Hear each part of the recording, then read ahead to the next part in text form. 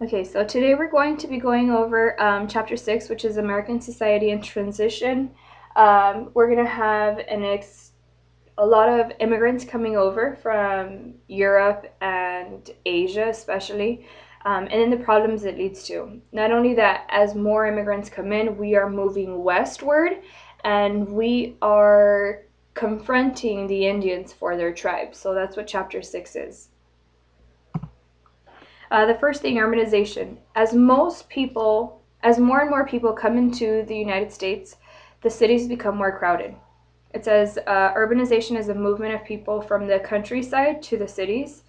So people are leaving the farms and they are moving into the cities. And at the same time, you have the immigrants and they begin to settle in the cities as well. And for the first time, you have demography, which is the study of population. A census is taken for the first time, and we know that a census is every 10 years that you will have done. And it's just a survey as to how many people live in the United States. The next one, problems. Problems with so many people, with urbanization. One is crowded tenements. Now, that word tenements, these are your one-room apartments that lacked daylight and adequate plumbing. We went over how they were not safe conditions, and again, they just kept building up because there really was no room in the cities. Now, it's going to lead to a lot of pollution and sewage and contamination of water. Again, not sanitary, and there weren't any rules, regulations, or laws that stated that it had to be sanitary. So basically, you're living at a very low level. They also had the inability to supply essential public services like hospitals, police. So there was a lot of crime. Schools and clean streets. Remember, the people would use a restroom in a bucket, throw it out the window, so you'd literally be walking in poop. So those are some of the problems. Other problems are corruption.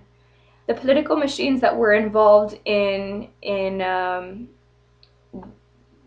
this whole, like during the Gilded Age, right? That corruption. Political machines are your corrupt government, right? And they are run by political bosses, which are your leaders of these political machines. What they would do is, as soon as the immigrants would come right off the boat, they would ask for your vote in return for, favors, bribes. And that's what they were known for, their corruption. Example would be William Boss Tweed of Tammany Hall near New York, right? Here you have Boss Tweed, as long as I count the vote, what are you going to do about it? Say. So again, it's really him controlling the vote. And again, the corruption we'll keep seeing throughout all of U.S. history. So again, immigration creates more corruption. Now, immigration, push-pull factors, going back to your freshman year geography. Push-pull factors are reasons why people move from a place to another place. So some push factors would be oppression, poverty, which is you don't have a job, wars, or ethnic persecution, when you're being killed for what you believe or your race. Pull factors is where are you going to go to? A lot of them came to the United States with the belief of American freedom, the land of the free.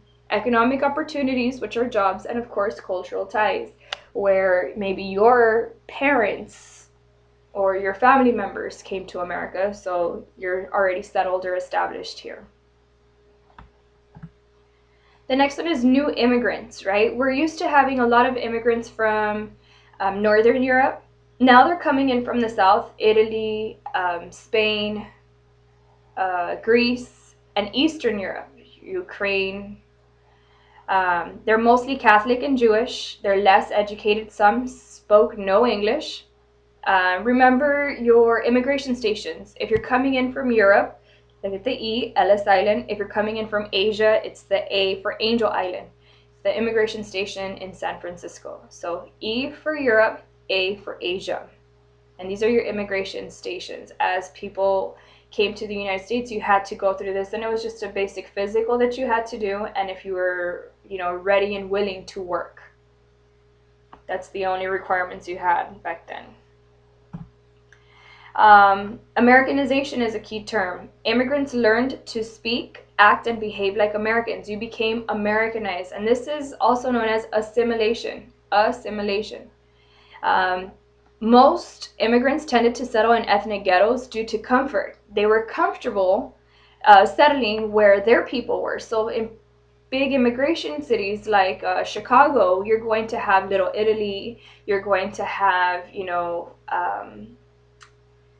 the Germans, a German community, you're going to have a Russian community, you're going to have these different communities within this big city.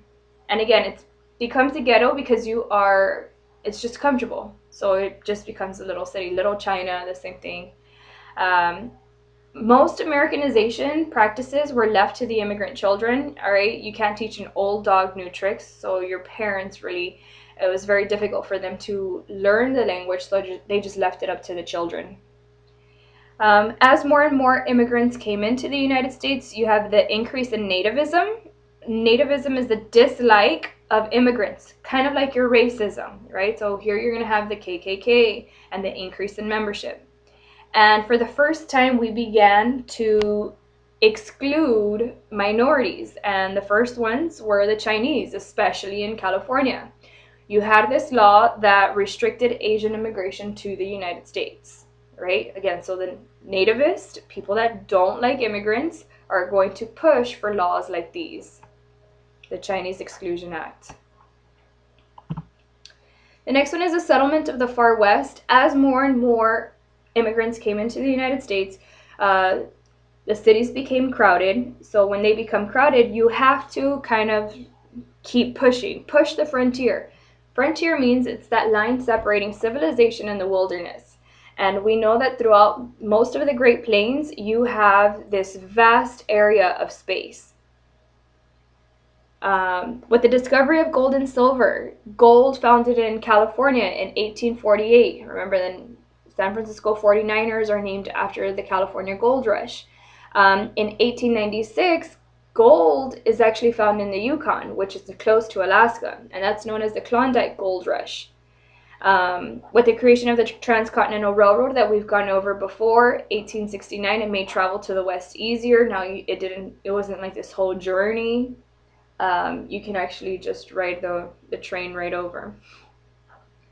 The creation of the Homestead Act in 1862 made federal land available to settlers. This gave 160 acres of land if you moved west, right, throughout the Great Plains. Once you moved there, the only thing you had to do was farm the land, and it was yours. It says ranchers drove on long drives across the open range, and then farmers began to dig wells. With newer technology, you were able to do this. They made sod houses, used barbed wire to kind of close up their farms, and they used steel plows, right? The McCormick Reaper we're going to go over in a bit. The Homestead Act of 1862, it made federal land available to settlers. Again, 160 acres of land, and it was all yours. Again, ranchers drove on long drives, farmers, and then of course this guy, Cyrus McCormick, created the Reaper. The Reaper kind of digs into the land to make sowing or farming easier. The last thing here is policy towards Native American Indians. You have the Great Plains. Again, these are it's home to the tribes in Buffalo. You have vast natural resources in these plains, and of course, Americans or the settlers are going to want to use it to its fullest potential. The Indians put up a fight. So you have your Indian Wars, you have the Battle of Little Bighorn and Wounded Knee, and they fought over tribal lands. All right, they fought over the tribal lands. America's main thing was to abolish native tribes. They sent them to reservations, which were federal government lands where Indians were sent. Okay, so we kind of took over and sent them off. Don't forget also the Trail of Tears, but that happened in Florida. You have the Dawes Act in 1887, and it sought to Americanize Native Americans. Again, we were teaching them how to read and write English and how to leave, the tribe society and enter American society. And the last thing here is the American Indian Citizenship Act. It granted U.S. citizenship to all Native American Indians born in the United States.